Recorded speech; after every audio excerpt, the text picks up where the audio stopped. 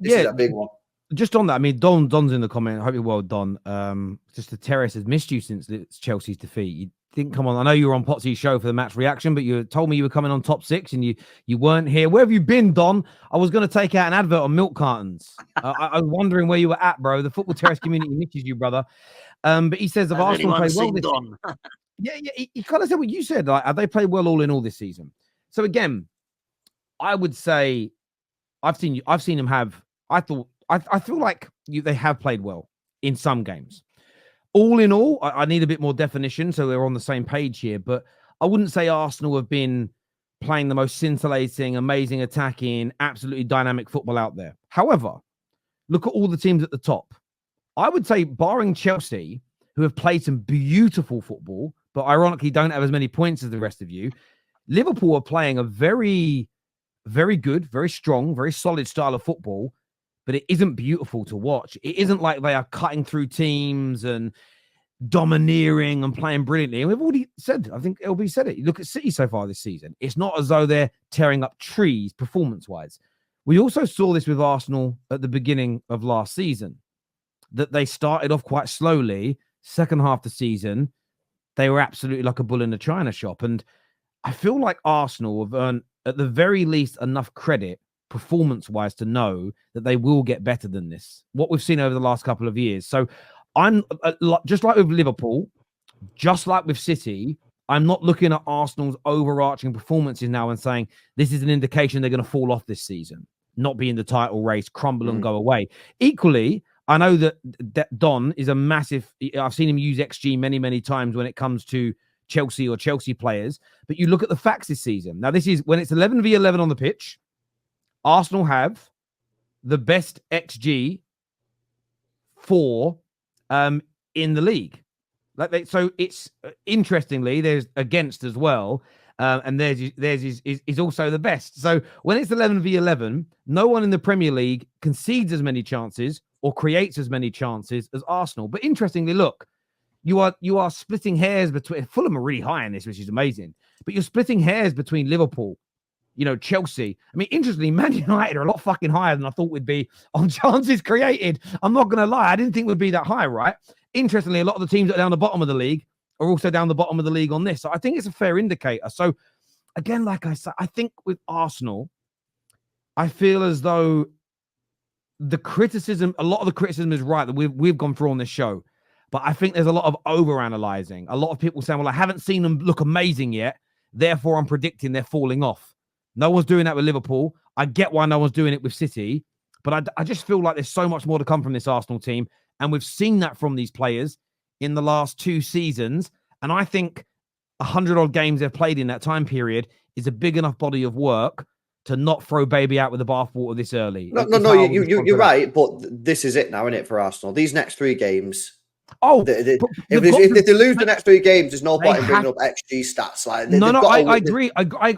agree. So I use XG as a way of looking at it in terms of something underlying the performances. I don't think they've been shocking and they haven't created. I think that's a myth, and the facts back up what my eye has seen. Where you're spot on, LB.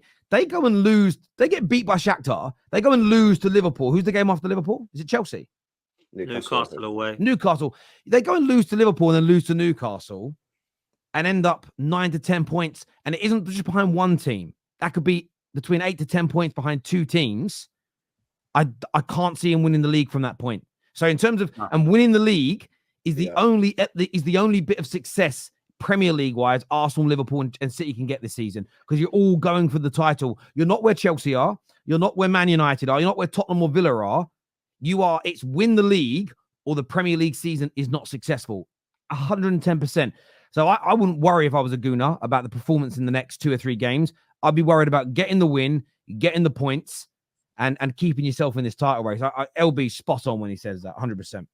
We need the players back. Obviously, Ødegaard, Saka looking like they're going to be out for a bit. I think Saka and Simba could be back for Liverpool. Ødegaard, don't think will be. That's going to be a big plus for us. Because Saka is just quality and he's missed for sure. Timber, definitely one of our best defenders, if not our best defender. Certainly fullback this season. So we need them. And Ødegaard will bring the creativity. I think what we need to do is we need to put Trossard back into that Ødegaard position or play Wanyeri. We'll see what we do tonight. We need to get a win tonight. And we need to beat Liverpool. And if, in fact, I agree with LB. I think we actually need to beat all three of them, Newcastle, Chelsea and Liverpool. But certainly we need to pick up a minimum of 7 points, in my opinion. That's what I think we need. Yeah. Terry is the epitome of a hypocrite. I don't think I'm being a hypocrite. I think I'm being very fair and very balanced. But you've got to expand upon that, Joe. And I'd love to have a debate with you about it. But you can't just say I'm a hypocrite and not give me an example. That is a flawed... It's not even an argument, really. This comment here says, Terry, XG will not matter if Liverpool beat Arsenal. I absolutely get where you're coming from. In the same breath, if they win, is it fair to say people talking about their performances should also shut up?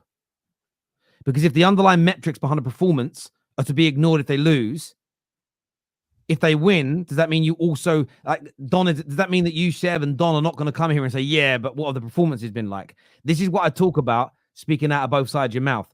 Underlying metrics and performances can't only be focused on when you're winning to say, oh, it's going to fall apart, where if you lose but you're performing well, they're not important. It's got to be both or none. It's like the conspiracy theory conversation.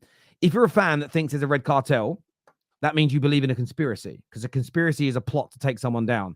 If you believe in one conspiracy, logic dictates that there must be the possibility that other conspiracy theories exist, which means Arsenal's claim can't be dismissed as crazy if you believe in conspiracies.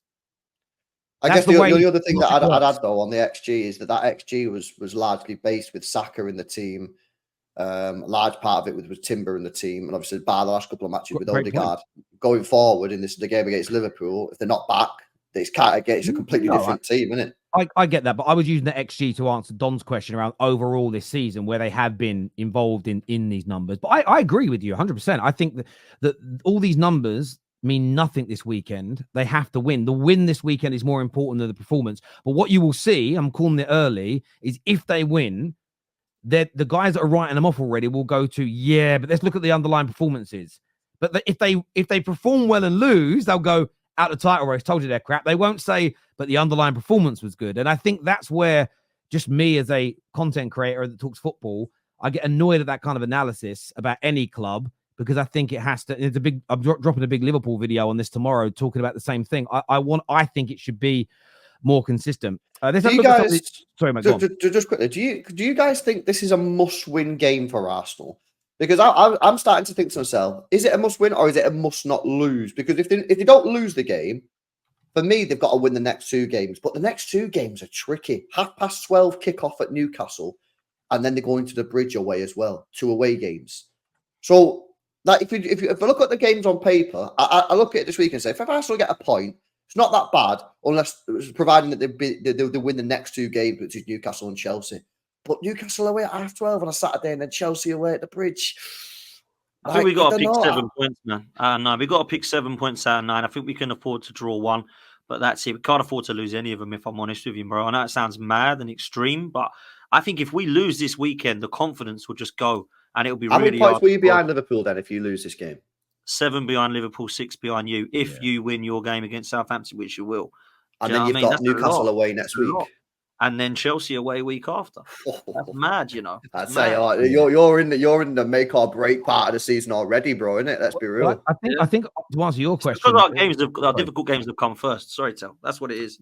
And I think LB, what you said earlier, they can't. It is must win. They can't afford to draw. The home games, especially, they have to win.